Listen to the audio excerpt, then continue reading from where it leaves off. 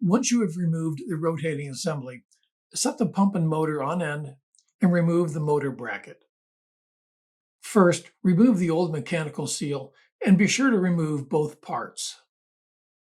Inspect inside the bracket and wipe away any loose particles and replace the O-ring.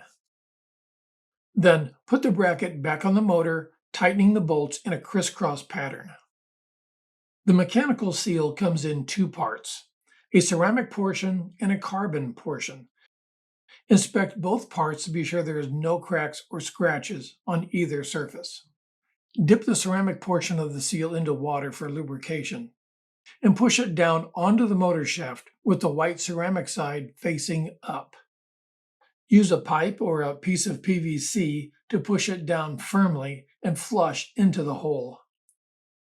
Now, take the other piece of the seal and place the carbon side down against the ceramic side and push it down firmly.